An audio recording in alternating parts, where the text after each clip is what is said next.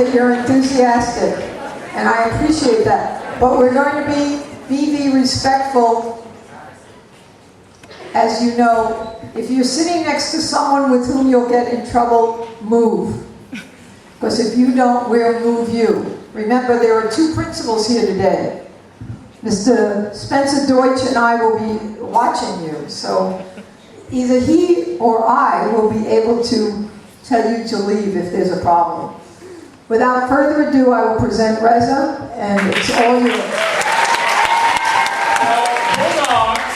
I want to tell you about my friend who I've known since kindergarten at Beverly Vista. How many students here from kindergarten?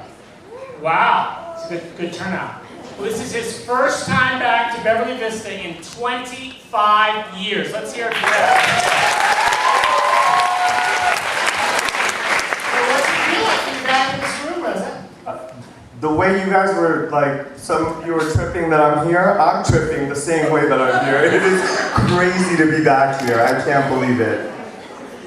You started Beverly Vista in kindergarten, you went all the way through, of course you went on to high school. I did. Tell us about growing up in Beverly Hills at that time. What was it like? It was rough.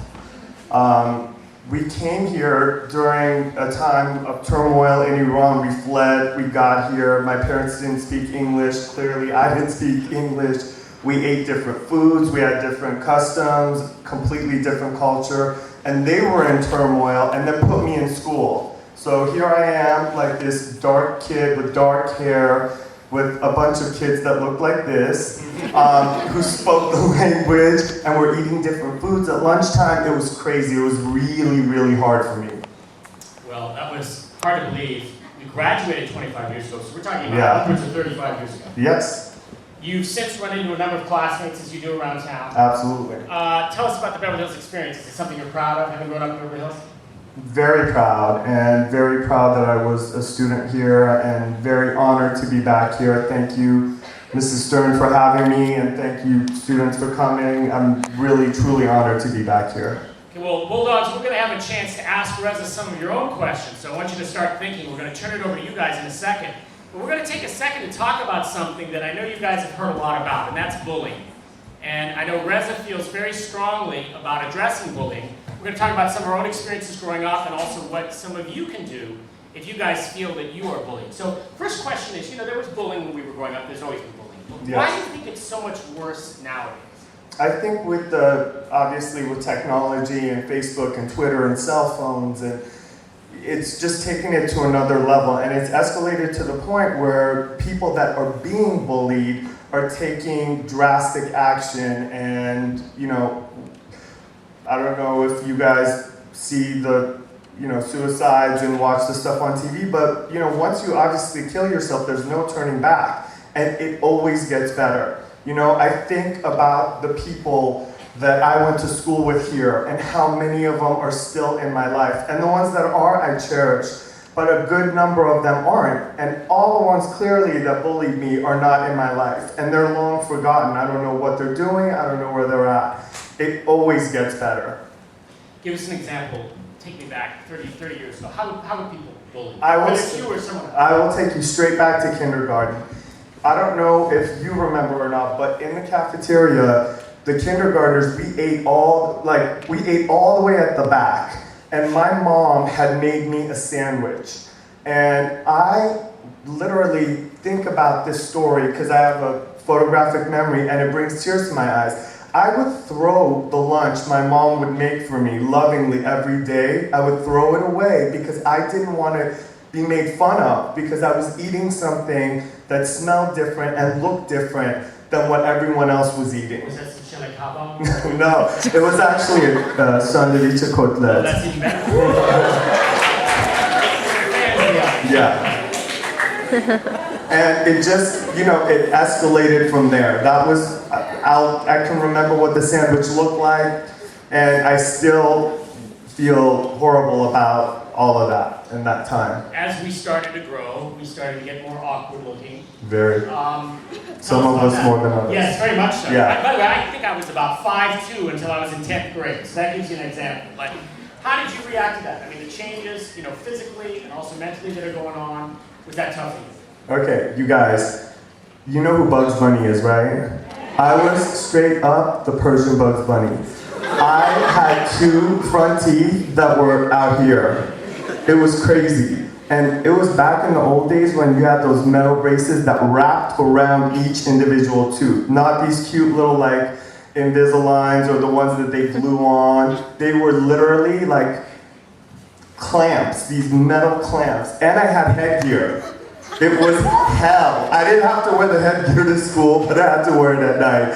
It was hell. I was awkward, I was different, and it was a nightmare. I was made fun of, I was bullied, I was pushed around. It was not fun. We're going to talk about some solutions for any students who are being bullied. We'll get to that in a second. But again, let's get back to the show for a second, because I think you have some fans. How many people have seen Reza's show? Now, we've been in assembly last week with Mike Shuet, who's also from Shahs of Sunset. I'm sure some Mike fans here too. And Mike told us a story about how he first got that call to be on the TV show. How did you first get the call to be on the TV show? I actually got the call initially when it was a concept. My really good friend Sammy has a friend who's dating someone at Ryan Seacrest Productions. And for all of the non-Persian students in the class, if you have a good friend that's Persian and you go to their home to eat, maybe for Shabbat dinner or something, it's a lot different than at a non-Persian person's house. There's like way too much food on the table.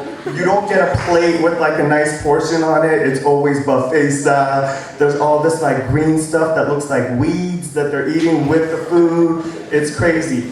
So the producer was like, wow, these Persians are so different and they have all this rich culture. It's never been showcased on TV. So he wanted to hang out with us one night. So Sammy, MJ, and I hung out with him. We just talked to him about our lives and it went from there. Did you have any idea the mustache was going to take off and become a phenomenon on Twitter and Facebook? I did not know the amount of love the mustache was going to get. I hear your mustache has its own Twitter, is that true? My mustache does have his own Twitter handle. I don't know about that, guys. That's a pretty famous mustache.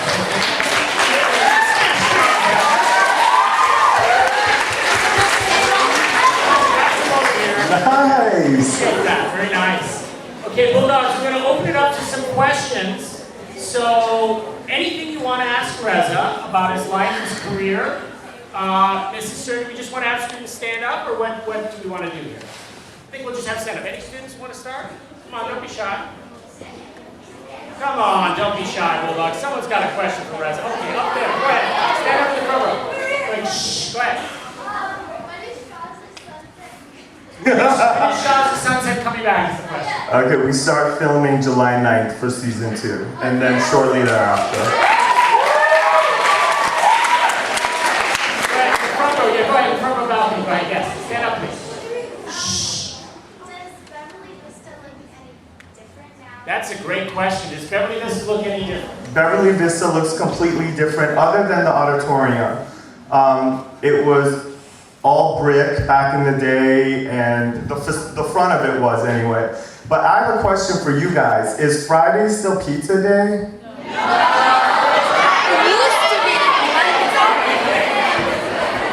Do you get, like, I remember we would book it, like when it was lunchtime on Friday, we would book it to get to the cafeteria because you got a slice of pizza and usually got like a triangular icy thing with it as well. Do you remember that?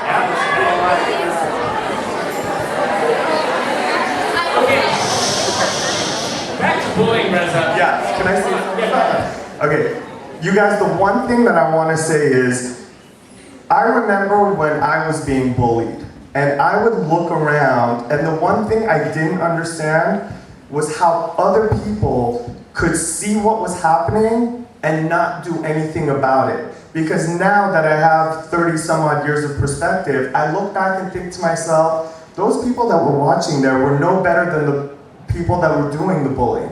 Because they were participating, they were standing there, they were laughing, they were partaking in it. And if I could give any little nugget of wisdom to anybody, that would be to stand up for the person who's being bullied. You will make such an impact on that person's life. They will remember, there are little things that have happened to me in my life. You know, to this school from kindergarten until 8th grade, I can rattle off a million experiences that I had here, positive ones, that changed the course of my life, and I carry them with me to this day. Absolutely. Now, also, how about tell someone? You're being bullied, tell a sister, brother, counselor, friend, someone. 100%. You know, because honestly, I was your age at one time. It was a very long time ago, but I was.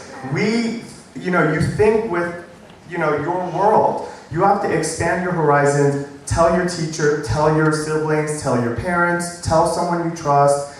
Don't think that you have to handle the situation on your own. Defer to an adult, someone that can help you with it, someone that might have had some experience or perspective on the situation. And don't be ashamed to speak up, too. Absolutely not. Do not be ashamed. And if you look different, if you have a handicap, if you sound different, you're eating something different, you're religious so you eat a certain way, you're religious, you dress a certain way. There are a million differences that we all have, and they're all amazing. And you will grow to appreciate those differences as you get older. We had a question over here. Is it still? Yes, Miss Bauer.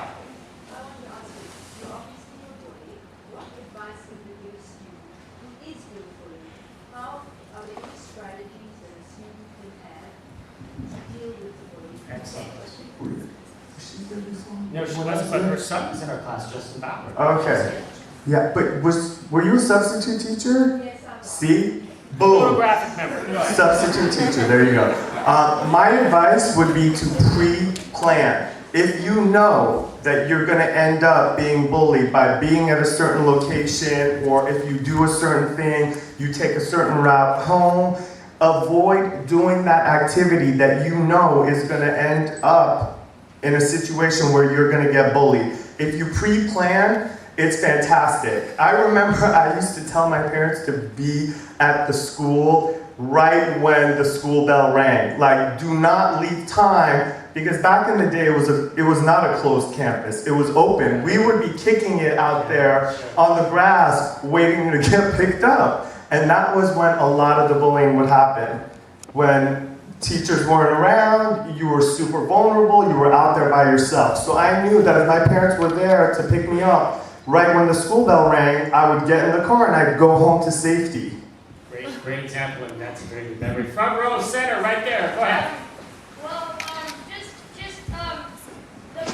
us middle schoolers, the sixth graders, being the younger ones Sure. of the middle schoolers, Yeah. I kind of feel that we sometimes have problems with the older, not like in this school, but I've noticed. In general, yeah. Middle schoolers Yeah.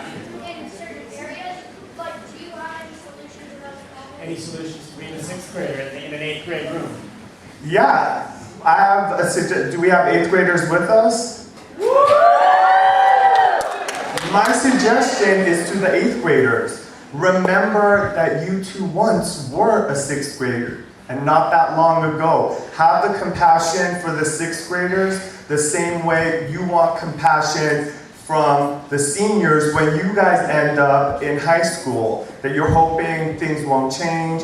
There's a huge change coming for 8th graders, yeah? Absolutely. Yeah. So you guys want to treat them with the same respect that you want to be treated with when you get to high school. Always remember that. You might be in a better place now, but there was a time when you were in a different place. And always treat people the way you want to be treated. We got a very anxious person up here, Beverly. Yeah, go ahead, front row. Go ahead.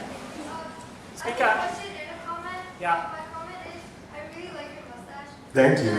Ever since I seen it on the show, I was like, wow, I love that mustache. Thank you. Who's like your best friend in Shahs of Sunset? Currently or when we were filming?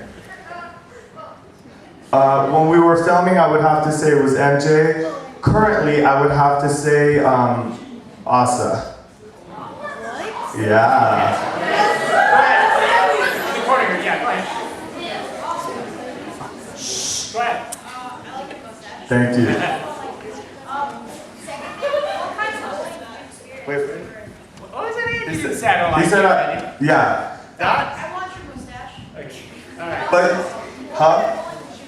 Wait, I want to address the, did you catch that? I thought I called Okay. you, but see, You saying that right there, like you like my mustache, and then you said, but I don't like you. That's a form of, no, but I know what you meant, right? Because you're referring to something that has to do with sexuality. And that too is a form, if you're comfortable with what you know, you don't need to put distance between you and the other person. Good advice. Okay, next question. We got another one in the back of you. Go ahead. Go ahead. Yes.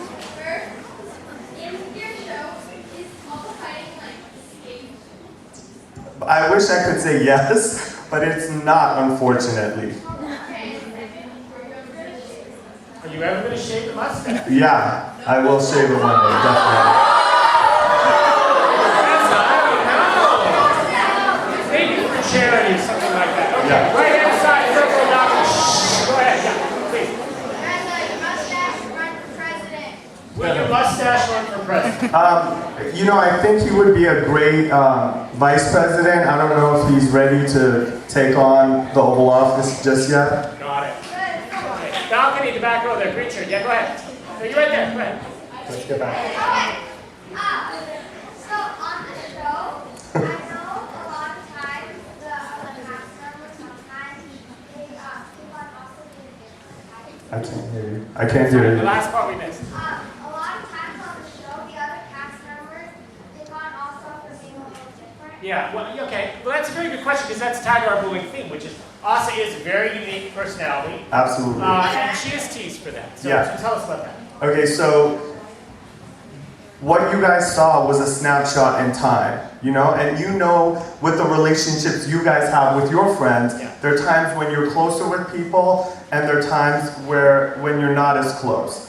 And I feel like when I was filming, and I am a victim of saying things that might not have been as nice as they should have been.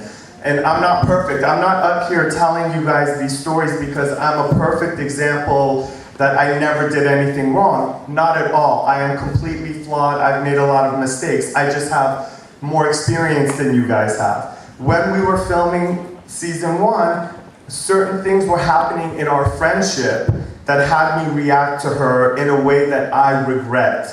And by the time you guys saw the episodes, by the time the episodes were airing, I was horrified at my own behavior. And I literally was telling Asa as we were watching episode 1 together, because we watched it together, I kept telling her how sorry I was because we were in such a different place. But unfortunately, because it was on camera, it was, you know, like chronicled for all time. Like that is my behavior at that time. And I wish I could take it back, but I can only try and do better. Good advice. Okay, yes, right here. Go ahead. I love it. I think she's very talented.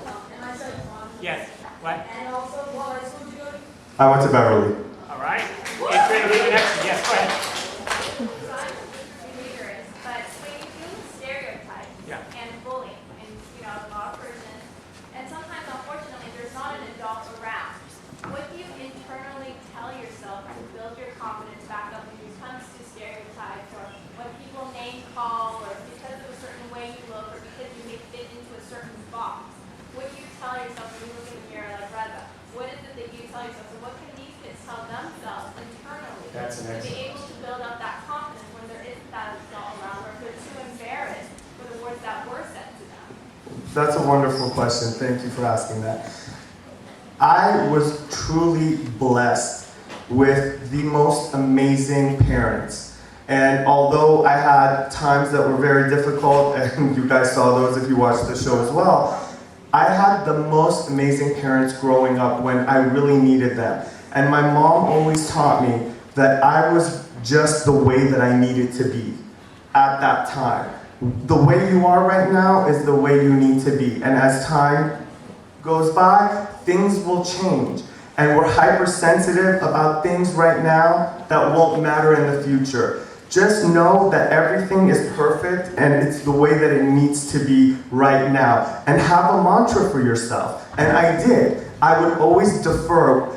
I was always petrified of my parents being upset with me. You know, the way you guys are afraid of Mrs. Stern, I was afraid of my mom. And she didn't even need to say anything to me. It was a look. She could give me a look, and that look of disappointment devastated me because I never wanted to let my parents down because they did so much for us. So I always remembered in my head that my mom loves me and I'm the way that I'm supposed to be. Very good advice. I see in the balcony, but let me ask you guys about one thing that I've noticed on your Facebook, which is you're getting messages from all over the world. Yes. Particularly from Persians, and in many cases Persians who maybe live in Oklahoma or Arkansas, and there's nobody there like them. Yeah. In Beverly Hills, of course, we have a very diverse community, so it's not as much of a big deal. But just tell us just briefly some of the stories you've heard from people in out-of-the-way places who maybe feel they don't fit in culturally, and the kind of advice you gave them. So I'm sitting on this stage and I'm talking to you guys about the struggles I had growing up. I can't imagine having grown up in Iowa or Idaho. Not because those are places that I wouldn't like, but those are places where at the time when I was growing up, there weren't a lot of Persians. So it was invaluable for me to have other people that looked like me because I could relate. I knew that they spoke the same language at home, they were eating the same foods. That was really comforting to me. I have kids reaching out to me, you know, in your age group, in your classes, that don't have that. And they're going through the same thing I went, but tenfold. And all I keep telling them, because they send me messages, they send me tweets, and I try and do whatever I can for them, to let them know that it gets better. Do not lose yourself in this one moment. Think about your future. You guys all have the most amazing, bright futures ahead of you, and I wish you guys tremendous success here at Beverly Vista and eventually at Beverly Hills High School and wherever you end up fulfilling your college degrees. But do not get lost in this one moment. Very good advice. Okay, the balcony.